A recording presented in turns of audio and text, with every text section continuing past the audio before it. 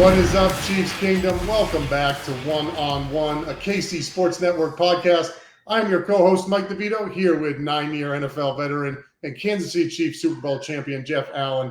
And we are here to bring you all things Chiefs football from a player's perspective. Whew! Man. Rough, right? Man. Yeah, so we're going to do that today. Listen, the Chiefs have been up and down this year. One thing that's consistent week in and week out is Cookie Society cookies. Jeff, talk to me about some cookies, man. Cookiesociety.com. They ship nationwide. I need that right now. The one thing about cookies is, I mean, you can eat them in good times. You can eat them in bad times. You know, you can celebrate or you can drown in your sorrow with cookies. So, I mean, it's a win-win with Cookie Society. You know, get you some cookies to feel better. You gotta have it. You got some new merch. You got the Sugar Daddy shirt here. This is part of the new merch coming out. Some other things. You know, there's a lot of good things going on with Cookie Society. And, you know, trying to get some good things for the Chiefs right now. Yeah, brother. All right, check them out, cookiesociety.com. We thank our sponsors as always. So grateful. All right, Big Jeff, this is not what we expected. We knew this was going to be a tough game. But, Jeff, listen, every week we talk about the defense, and it's warranted because the defense is really struggling. If I was a betting man, you would have said Kansas City was only going to put up 3 points. Yeah, I didn't see that coming. That's against the Titans. That's not a bad defense, but it's not like the 86 Bears. I mean, we saw what Buffalo did to them the week prior. Yeah. I mean, they lost to the Jets. I mean, it's not the greatest defense. So that was very surprising to see us come out and look equally as bad as the defense. And the defense actually came out in the second half and played a little bit better. Granted, Tennessee had a lead, and they probably weren't pressing as much. Right. But I think they came out and did some decent things in the second half. But, I mean, we gotta play better all around. Felt really flat. Wasn't a great effort, honestly. Like, I hate to say that. I don't know. It just wasn't great effort. I think we could have played harder. I don't know if it was a product of getting down early and then saying, you know what, this isn't going to be our game. But yeah, I didn't. You know, it wasn't good to watch that. Offense up until this point have been playing well, but this is just a disaster. And it started up front. I mean, the O-line definitely could have played better. I think Pat was under pressure a lot, and then he started to see ghosts. That's a term that we use. Yeah. When we don't play well early as an O-line and we're letting the quarterback get hit, he starts to see ghosts. There's times in the pocket where he could have stepped up, but you know, there wasn't confidence there with what was being shown by the O-line. So he started to, you know, run out the pocket when he didn't have to. He started to think there was pressure when there wasn't. And that's tough. All the great quarterbacks, any great quarterback, what beats them is pressure, particularly guys, pressure with 4 down. When you can rush 4 and drop them in coverage and get there still and create pressure, you can forget about it. Not one quarterback in the league is going to come out with a good showing. So we got to do better as an O-line. Pat needs to do better on his end. Defensively, there's a lot of better that this entire team can do right now. Yeah. There's a lot there, and I want to unpack some of it. I think one of the things you said, so I was listening to Coach Reid's presser on Monday, and one of the things that he said that really scared me was he said somebody asked him, you know, what after 7 games now, what's the team's identity? And he said, well, you know, we're still trying to figure out what our identity is. And I was like, wow. Yeah. Like, this is clearly a mental thing, right? I mean, the defense has its troubles. The fact that the offense put up 3 points, there should be a possible world where that happens. I mean, it's just that is clearly a mental block. There's something going on there that is not talent. It's not scheme. It's just that the guys are flustered or something with their confidence. There's something's going on. And when he said that in his presser, I mean, you think about you were with these guys. You know, the year before the Super Bowl year, last year, you know, going to the Super Bowl. These are a lot of the same guys. when he said, well, we're still trying to figure out what our identity is, I was like, oh no, it's tough, man. I mean, I don't know. There are some players that aren't on this roster that were critical. Yeah. I mean, offensively, I mean, you got, Sammy Watkins. I know, people don't think much about that departure, but he was big in that offense. He was a reliable number two. I know we changed the complete O-line, but they had some continuity there. And they knew Pat. I think that's one of the things with Orlando, what he's trying to figure out is like, sometimes Pat's going to be a little bit deeper than you think. So you can't have that. I mean, as O-linemen, we have that clock in our head and we have that, thought in our mind where the spot's going to be for the quarterback.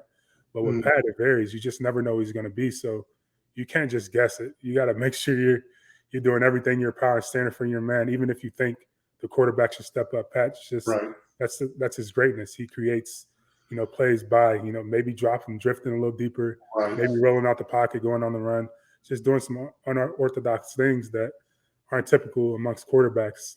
So just getting to know the quarterback and understanding that, and then just meshing as a group. I think up until this point, they've been doing an excellent job. I mean, playing really great, especially inside. But it's just a bad game.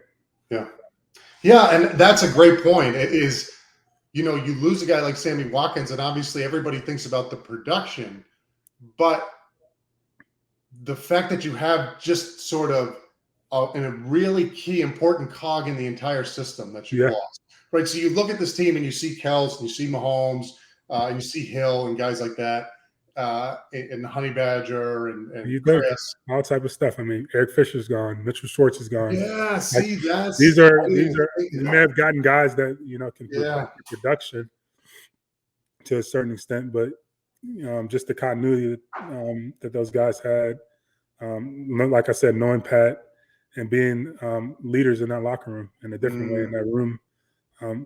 That's why championship teams are what they are. And that's why it's so hard to repeat and stay at the top, because you think about the big time guys like Patrick and Travis, but it could be a small piece that your game is a small piece that ends up being one of those critical parts to a team.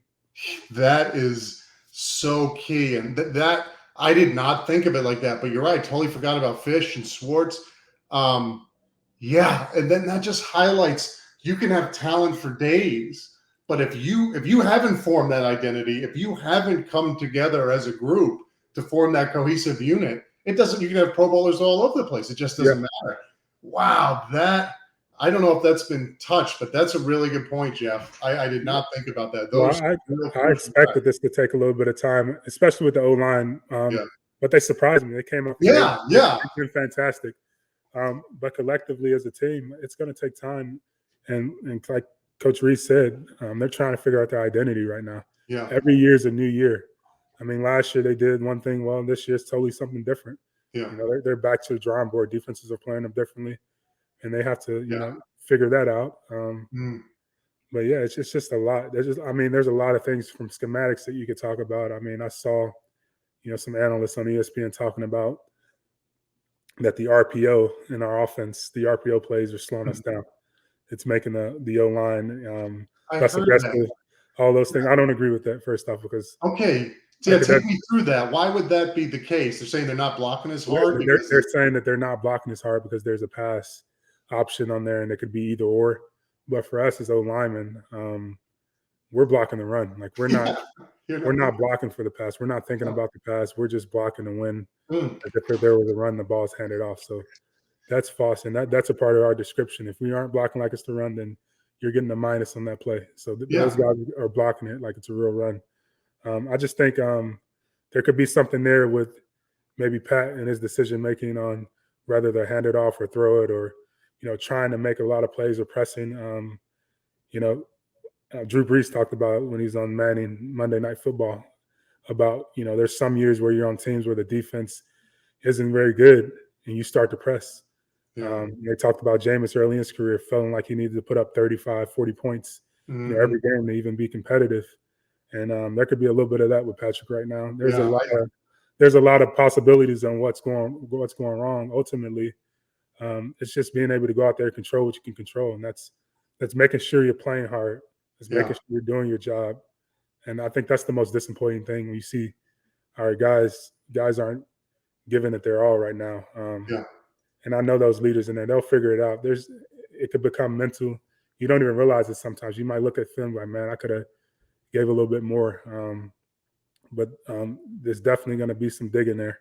They got to figure it out because but if they play like they did this past Sunday, you're liable to lose every week. So they got to get it right quick because, one thing that's been a beauty about the schedule is you've had a tough team and then an average team and then a tough team and then an average team. After, they got New York this week. After that, they got Green Bay. They have Dallas. And there's somebody else that's tough too. I think the Rams, maybe? I mean, every team's tough. It's the National Football League. Yeah, no question. It's the National Football League, so we can really lose every week if you're not doing what you're supposed to do. I still believe in this team. Like I know the character of these guys. They're going through something internally. That's for them to figure out. I'm not in the locker room, right? But from my time being in there, I know the true core of these dudes, and I know what they're made of. So I'm not giving up on them. I think they'll figure it out. I know we say that every week, but that's just what I believe, man. You can't tell me anything else. With the head coach, with the leaders in that locker room, like they got what it takes. They just got to do it.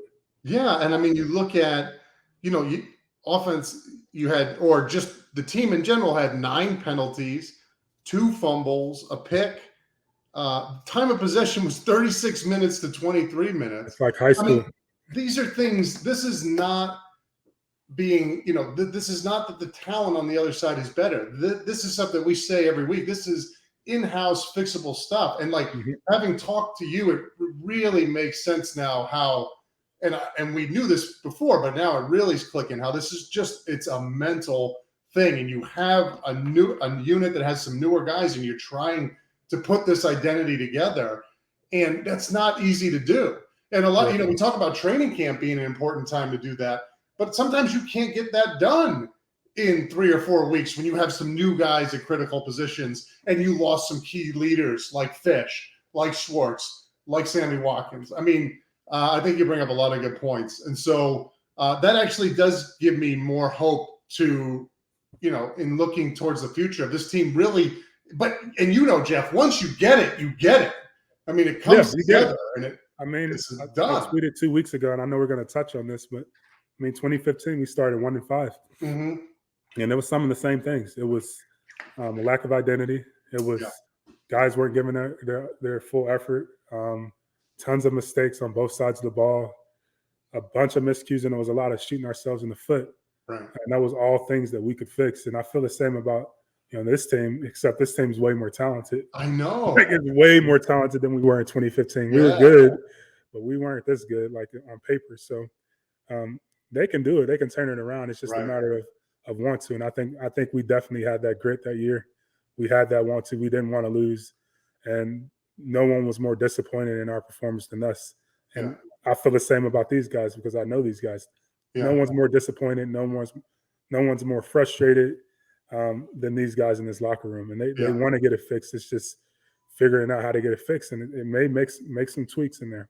Yeah. Change the lineup. I know we did that in 2015. We inserted some guys in different places.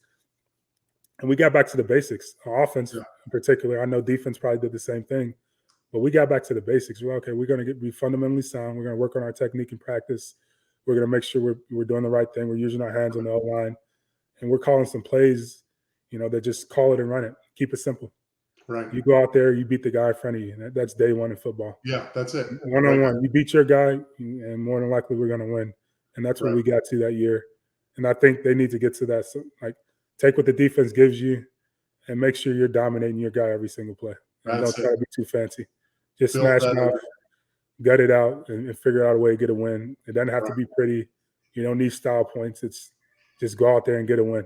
Be a dog out there. Rex Ryan used to talk about building a bully. Go out there and you want to impose your will every play. And I think the paradox of this game is, again, going back to the fact that they only scored 3 points on offense is clearly a mental identity thing. It's clearly that's just that is not because there's not talent there or they got outmatched. It's something, there's a mental block. And I think you've really teased out everything that's going on. Before I get into, I wanted to touch on the 2015 team again, but before I get into that, I did want to talk quick about Orlando Brown, because I've seen he's getting a lot of heat for letting up a couple sacks. And when I'm looking at that now, again, I'm not an offensive lineman, but it seemed like when an offensive tackle is outmatched speed-wise. Yeah. You can see the technique as soon as the ball, as soon as the ball is hiked, you see that tackle's running back. The technique isn't great. He's flying back as fast as he can. This wasn't the case with Orlando Brown.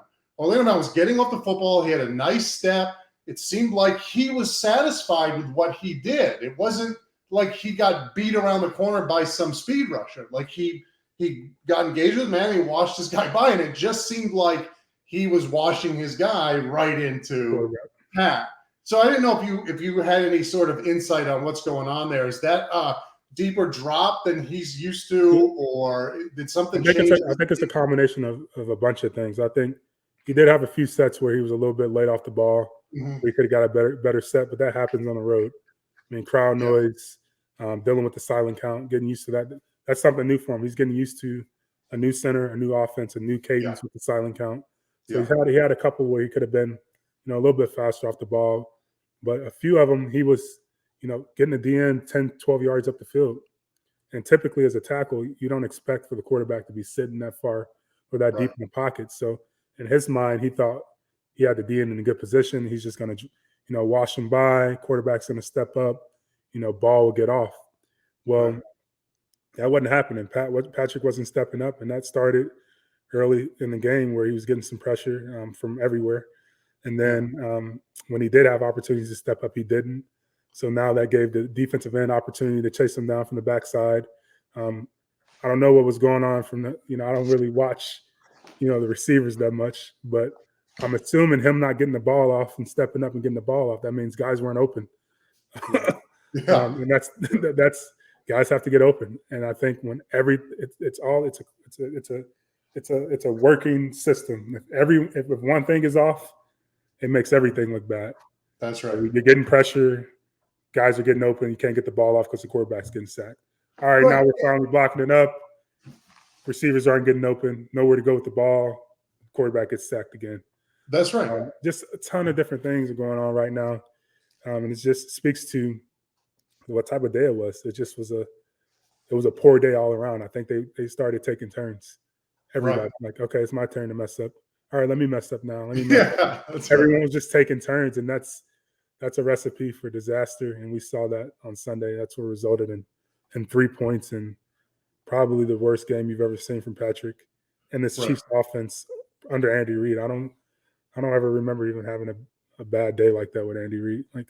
Maybe we did, but that was one of the all-time worst offensive performance under Andy Reid with the Chiefs. Yeah, it's funny you say that because I was trying to think back. I was like, we must have lost the game bad, but I don't remember anything. Yeah, like I mean, maybe, but like that was just it was bad. It was bad execution. It's bad all around, man.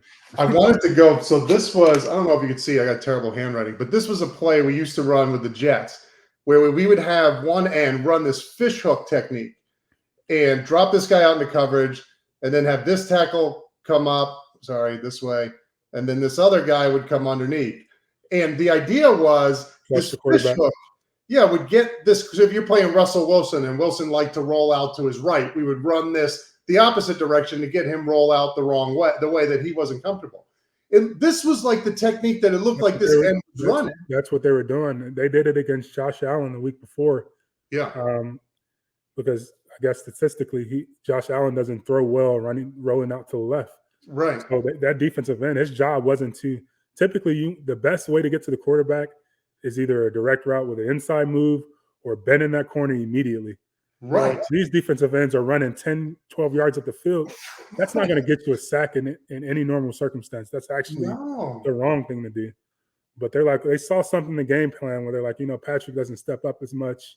He's a little deeper than a normal quarterback. You get upfield, run as fast as you can, bend the corner a little bit, get him to flush out the pocket, and we'll be sitting there waiting for him. Yeah. That's a good plan, but I mean, all you The got to end do was is fix getting it. home. The Yeah. end was getting a sack. Yeah, all you got to do in that situation, and I think for the most part, the interior of the O-line, 90% of the time had a good pocket inside where you could step up. There were some plays where Trey Smith got beat, but for the most part, they were stout in there. And there were some point pockets in there where he could step up and get the ball off. But I don't know what he sees on the back end.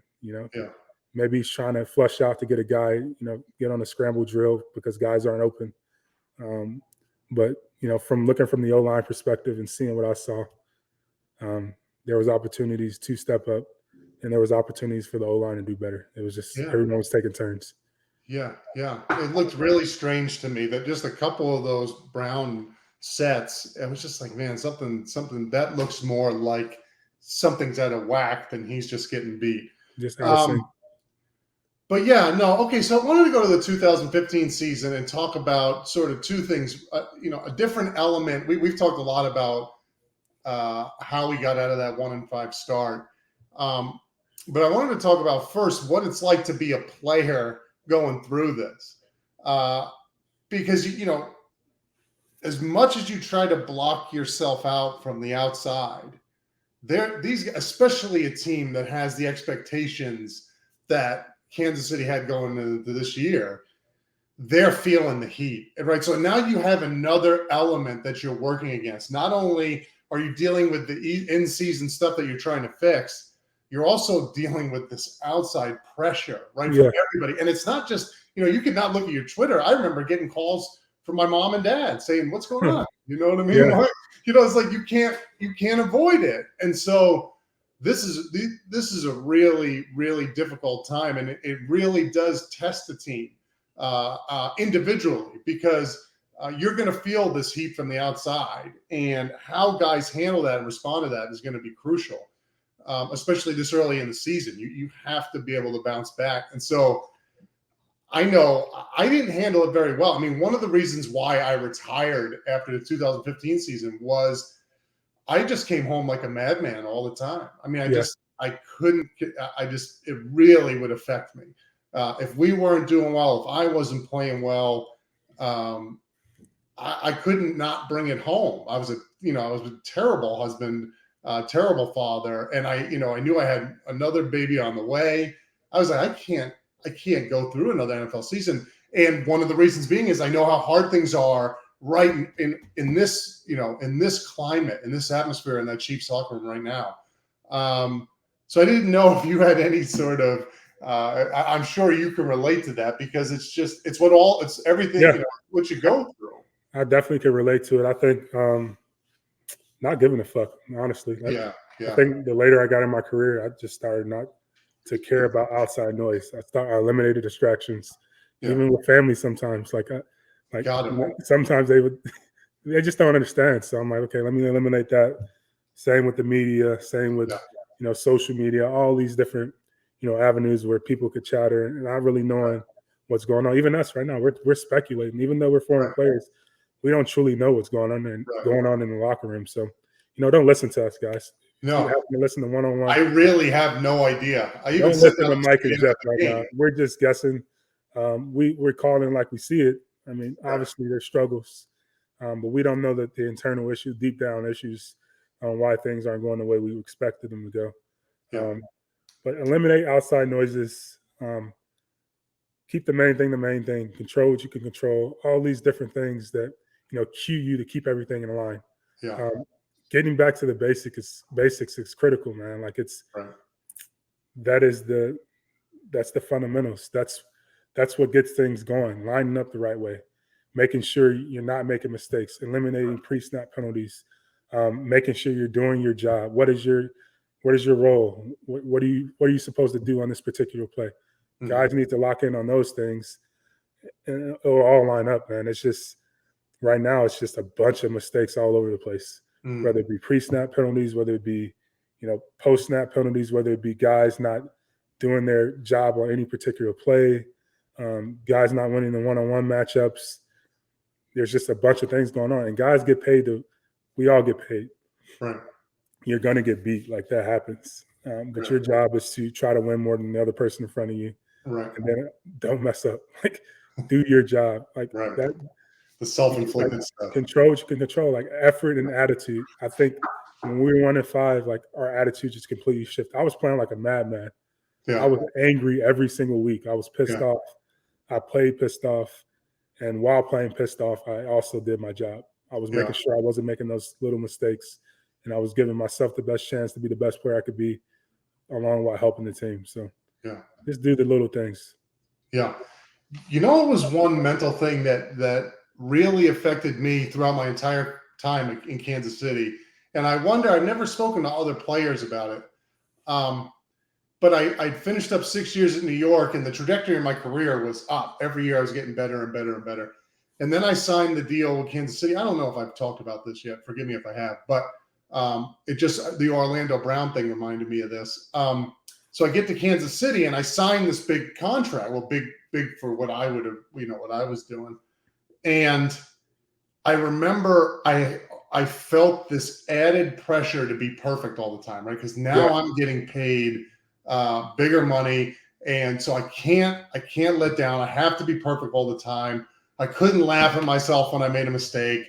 I just felt I put so much pressure on myself and didn't give myself any grace. And I had my 3 sort of worst years in Kansas City. And I think that was really, really played into it, is I just drove myself mad because I knew I wasn't living up to the contract that I was getting paid. And so I don't know how many other guys feel that, but when I see the Orlando Brown thing, I know Chris just got paid. Mahomes obviously got paid. That happens. I mean, that happened to me in Houston. My first year, it wasn't – I had a really great year my last year in Kansas City before I had no free agency. And then I had like an average year my first year in Houston. I'm getting paid a bunch of money. And I was just putting a bunch of pressure on myself. And the second I realized that, it's just a game. At the end of the day, like this is a child's game that grown men are playing, that we, grew up playing, that we love playing. And the second I stopped thinking about the money and the expectation, that came with it, I started to play better. My second year was a lot better than my first year in Houston. But there's added pressure when you get paid for sure. That's something that's not, talked about. But there's also the flip of that. Like we were different. We were wired different. Like we put pressure on ourselves because we got paid. But there's also guys that get paid and mail it in.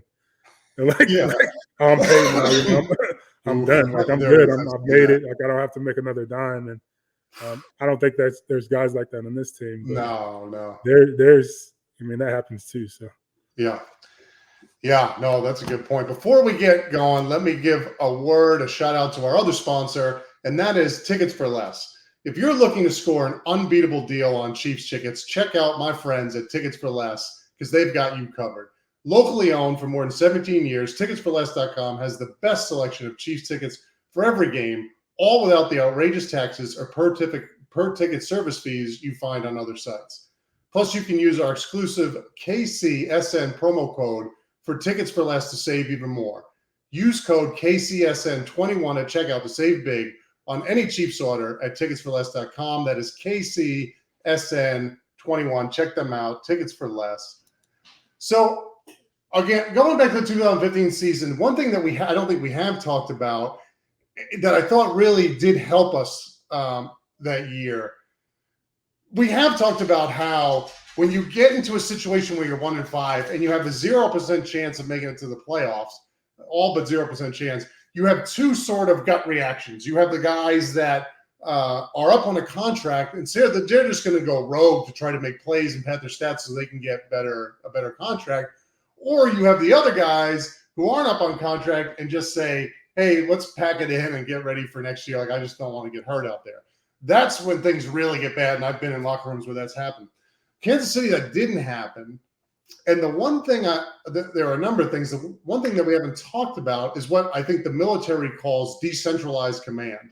Mm-hmm. And Andy Reid did this in Kansas City, where he had his leadership council, where at each position group, he had a point man, right? He had a leader at each group.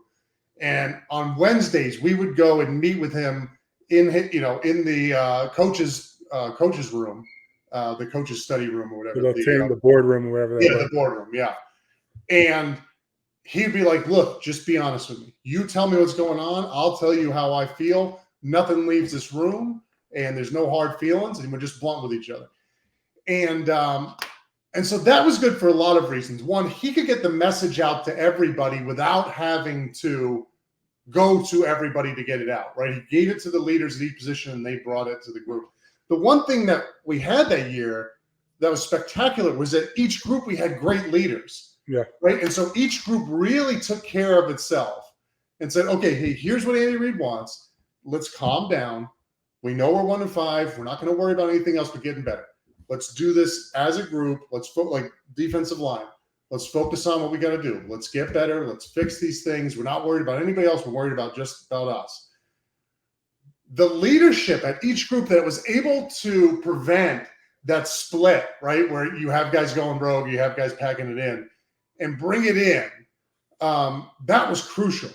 And you talked about losing guys like Fish and losing guys like Schwartz and Watkins. Those are the kind of guys that are really – their play on the field, of course, is important. But, boy, what they bring off the field. Yeah, they're leaders. Premium. And it's not always the best players that are the best leaders in the locker room. Right. I think in this case – Patrick is one of the best leaders on the team. So Honey Badger, but in our case, we had guys like Jeff Allen and Mike DeVito in there. Yeah, brother. We were good players. We weren't the stars on the team. But we were good leaders. We were good voices of reason within the locker room. Right. And guys, listened when we spoke. So I'm sure they're doing that still. Yeah. But that was a key part of us. Being honest and transparent, like, hey, this is how we feel as players. You don't have those direct lines of communications with head coaches everywhere. Being able to lay it all out, like, hey, man, I think, maybe we need to change the practice schedule, or maybe we need to do this, maybe we need to do that, without any egos involved. Like, complete honesty. And sometimes, we didn't see eye to eye. It was just like, no, actually, I'm not going to do that, or, that's a good idea. So I think being able to do that is critical and can help if they're not doing that already. Yeah. Yeah. So you had what we've talked about a number of times, which is the focus on whatever's next, right? We're not going to worry about what the outside is saying. We're not going to worry about what's next, who's down the line, the playoffs, everything everybody's talking about. We're just going to worry about winning at whatever's next on the schedule. So if we go to dinner, you're going to win at dinner. You go to lunch, you go to weightlifting, you go to film, practice, whatever you are, be great at it. That was huge. And then the fact that we had great leaders at each position, each unit, each position group had their own, guy that could be the voice there to rein everybody in. That was crucial. Yeah. And you're right. When I look at the chemistry and makeup and structure of this roster, it's the same thing. At each group, you can point to a guy and say, yeah, okay, that's that. They have somebody there, and so that gives me a lot of hope. For this team as well, because you don't see the ego guys. You don't see the guys that are going to be out for themselves, whether it be protecting themselves and packing it in, or just going rogue and doing what they got to do to pat their stats. Those guys aren't on the roster, and leadership positions don't have those guys. Mm-hmm. And so that gives me a lot of hope, and I think that was something that we did really well that year that made a massive difference. So yeah, Big Jeff, you talked about this earlier, and I think it's a case like there's really not much else to talk about. Like we just got to get a consistent 3 phases every game, start with the Giants this week, and then just continue to build. And nobody, act outside of the scheme. Nobody do more than they have to do. Again, if you take away the 2 fumbles and the interception, they might not win the game, but it's still a lot closer. This team wins 3 of the last 4 games or whatever, 3 of the last 4 or 2 of the last 3 losses without these turnovers and penalties and things like that. All stuff that they can fix. So whatever they're doing in that locker room, they just got to come together, find that identity, gel, and just build one game at a time. Just start stacking those bricks. And so that's what we're looking for this week, brother. That's what stack them, Go on and beat the Giants. That's it. Please, get the Giants. Please go on and beat the Giants. So, I can have a good week. That's it. It's the stinking Giants, man. All right. Being a Jets fan my whole life. we on record, we have to beat the Giants because I tweeted some things in the offseason about the Giants. And if we lose to the Giants, Mike DeVito and Jeff Allen will be freaking on fire. Oh, that's right. We did give them a hard time. There will be so many think pieces and articles and so many F's. I can't take it. Please be just.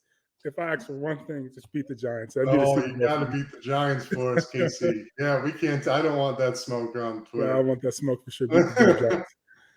Big Jeff, love you, brother. Thanks again for your time. Chiefs Kingdom, thank you again for tuning in to One on One. We will see you next week after this W against the Giants. Go Chiefs, baby. Go Chiefs, man.